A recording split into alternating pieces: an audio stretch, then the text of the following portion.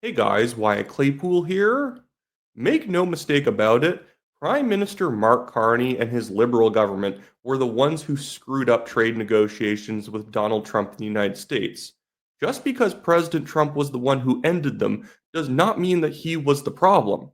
It was Canada's government that passed the digital services tax and then implemented it in the middle of trade negotiations when they had been telling us not to do it.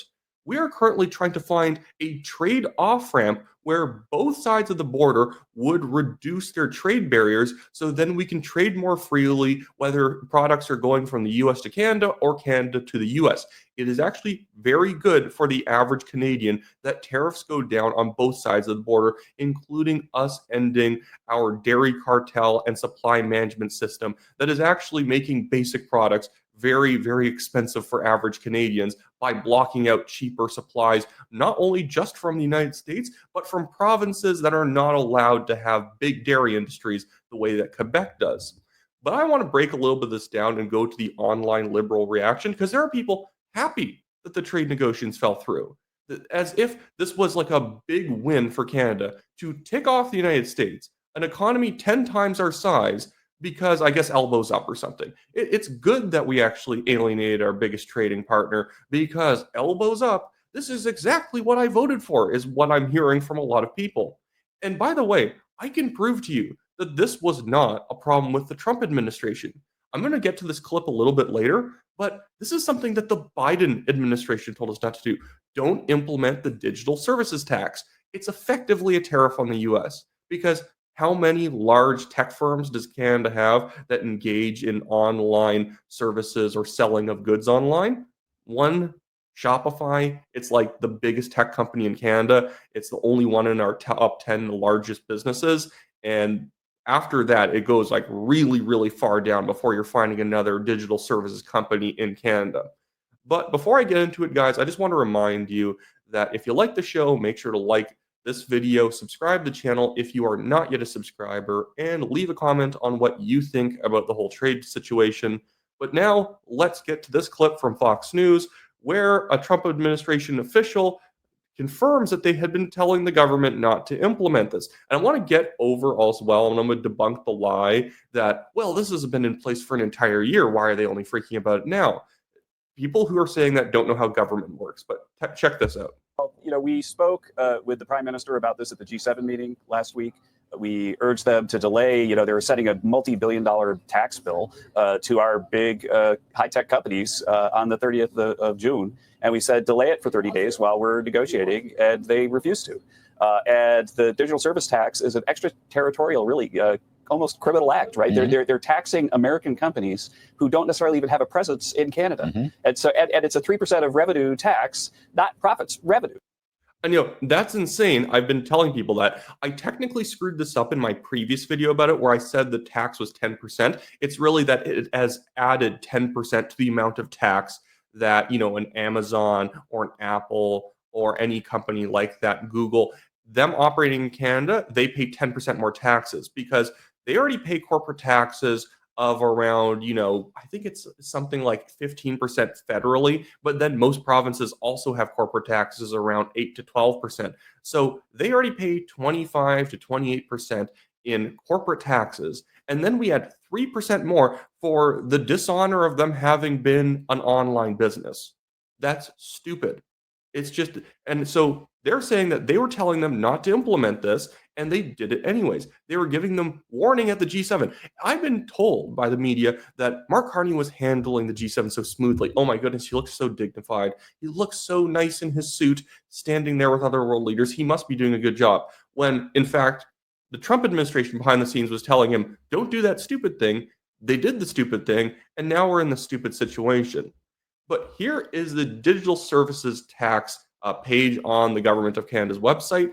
People keep saying this was implemented last year. No, it was not. This is what people are getting wrong. It says the Digital Service Tax Act received royal assent on June 20th, 2024, and came into force on June 28th, 2024. That does not mean it was implemented. It came into effect as if basically saying it is a real law that can be used. So if that wasn't first given royal assent and then I believe, yeah, the wording of it came into force. Once it came into force, now if they start implementing the tax, it's legal. They only started implementing the tax in Canada and going back and retroactively taxing companies for the last few years. They're taxing companies to 2022. So if you're Amazon, you're now paying 3%, or even like a Canadian brand like Shopify, you're paying that 3% for 2022, 2023, 2024. That's stupid. And now you're going to have to pay it in 2025 as well. So the Trump administration obviously see this as a big tax grab. The Canadian government is basically just taking $7 billion from American tech firms mostly, but with that retroactive tax. It's insane, and nobody should be like defending this. This is not how you treat a trade partner during trade negotiations when we're, again, supposed to be lowering barriers. But maybe this is just, again, the Trump administration freaking out about nothing. It's them being sensitive to something that nobody else would complain about. Okay, well, that's not true, though, and I'm about to show you a great clip that proves it. I am not a big fan of Premier Doug Ford in Ontario. Awful premier, not conservative at all. But here is him pointing out when Joe Biden was president that this is a stupid tax. They should get rid of it because it's going to hurt us. We need the federal government to pause the implementation of the digital services tax. The DST is a bipartisan consensus in Washington. They are absolutely furious at us. I talk to Democrats, I talk to Republicans, and they are furious. They're furious with Canada over even considering what they view as an unfair tax on American companies. Putting aside the fact that they'll never support bringing in a new tax, no matter what it is, we cannot put millions of Canadian jobs in our historic economic partnership with the U.S. at risk. I agree with Doug Ford there. And again, that was at the time when people were saying, oh, it's already been passed. Why are they complaining about it? Obviously, it wasn't already passed. It was, it hadn't been implemented yet. It had been passed, and he's saying, do not implement, repeal this thing, it's bad. And I actually have to agree with Doug Ford here because he's fully right, even though it pains me to ever have to agree with the guy. There is this great thread right here by this one writer, Dan Knight, that I'm going to be linking in the description below. He does a great breakdown of just how catastrophic this whole thing was. I don't want to take any views away from him. If you want to read it, I'll have it linked in the comments below. But I want to move on to some other things. A lot of liberal reactions to what's gone on here. And so I like this. This is actually a really key thing to note, too, of just how nasty the Canadian government has been. Table Salt here says, major breaking. Canada is exploring a digital services trade agreement with the EU. This on the heels of a major trade spat with the US regarding the digital services tax. Pretty soon we will be using Facebook, the Czech social media app, or Facebook. And then Peter McCaffrey to that says, from the Alberta Institute, only Canada would introduce a tax on something and then try to negotiate a trade deal around the tax. Just don't have the tax in the first place. But it's not even that. That's just silly. This is us implementing it on American companies and then saying, European companies, do you want to get out of it? What the heck? Why isn't the first thing we said is, no, let the US, we'll figure out a way of, not taxing you. No, they want the revenues. Because, again, if you guys weren't following it, we have a $90 billion deficit. And Mark Carney is not a financial wizard. No matter how much liberals say it, he is not a financial wizard. He is a fool who has spent too much money and now needs to try and generate revenues in any way he can. And the digital services tax was implemented at a time where he would have been the economic advisor to Prime Minister Justin Trudeau. This is probably Mark Carney's baby. He's not getting rid of it. He was the one who probably told them to do it in the first place. Because do you think Justin Trudeau, that child, was actually making any decisions for himself? He probably just did whatever Uncle Mark said whenever he was there. Or Uncle Mark's is probably a better way of putting it. But here we have Stephen Mayer, and now we're getting into the liberal reaction. He's saying sovereignty is exercising lawful authority over your country in areas of national jurisdiction, even if it displeases the tech giants, influential though they may be. This is not lawful authority in areas of your own national jurisdiction. Now, I'm not saying it's unlawful. I'm just saying it's not your national jurisdiction exactly when you're taxing something that is so obviously mostly based in the United States. They're not taxing, something where it's mostly domestically produced. They're not, taxing, it's not like some sort of food tax or gas tax or whatever, because, most of our oil and gas, at least in Western Canada, is from Western Canada. A lot of it's also from Western Canada in the East. They import it elsewhere. But if you have a gas tax, it's mostly a tax on a product already from here. This is a tax pretty much where 90% of it comes from outside of Canada. So it's effectively a tariff because nobody's, unless you want to be obtuse and say, well, it's Shopify's there. Okay, Shopify's there. I understand. They're not even in the ballpark of how big Apple, Google, Amazon, all these other services are. And now they just pay 3% more corporate taxes. Oh, it's only 3%, Wyatt. Well, Mark Carney ran in the last election on how great his 1% tax under $50,000 on income was. It's not even that good. It's a 1% tax reduction in a bracket where you don't even pay for the first 18,000. You don't pay any tax on the first 18,000 you make federally. So you're getting 1% off of the tax rate for the rest of it up to $50,000. That was deemed a very substantial tax reform by his campaign. But it's not substantial. He's going to increase corporate taxes on tech firms by 3%. You are out of your mind if you don't think that this was a major problem for the Trump administration. Oh, it's not that much money. Well, when you're already being taxed to death, obviously you're going to complain about it going up anything. This Gator Gum person says O'Toole is the most reasoned voice in the conservative camp right now. O'Toole's not a conservative, but O'Toole, the disgraced former conservative leader, says this is negotiation and can be expected at this stage. My advice to negotiators is to channel the golden five. Stay on target. Stay on target? On target for what? The ridiculous tax? We're going to stay on. What do you mean? If we use this as maybe a carrot that we'll get rid of it if you guys get rid of something, then I guess that's something that the Carney government's doing. But they were already wanting to negotiate with us over lowering their tariffs if we get rid of our supply management system, which again is good for the rest of the country. Unless you are paid by the dairy cartel in Quebec, you should be in favor of dismantling it. It's bad for the overall Canadian dairy industry. We have Albertans being arrested for producing milk over quota. That's how stupid the system in this country is. Stephen Mayer reacting to Brian Lilly saying elbows up when Trump terminated the trade talk, says Carney must give in to Trump's latest demand or take the blame for Trump's violation of the trade agreement he signed. What do you mean? We're negotiating over a new trade agreement, and also this tax is new. But everyone's acting like this is just something crazy out of nowhere that happened. Everyone has acknowledged Joe Biden didn't like the tax. Vice President Kamala Harris didn't like the tax. She would still be complaining about it if that Harridan was currently the president of the United States.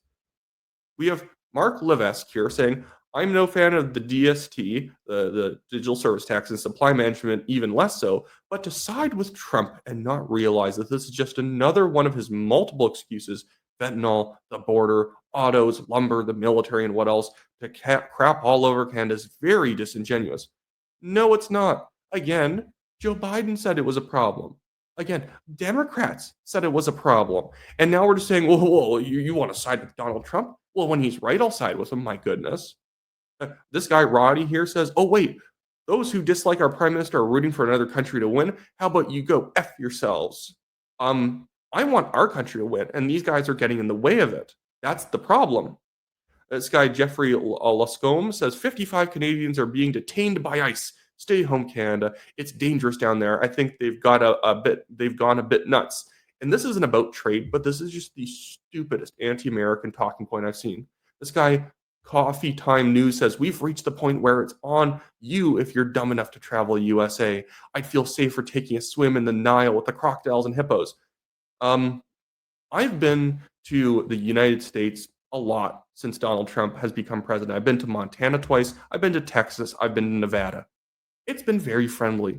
Do you know why people are getting arrested? Because they've done illegal things. The last guy the media highlighted, oh, a man dies in ICE custody. Yeah, he's a drug trafficker.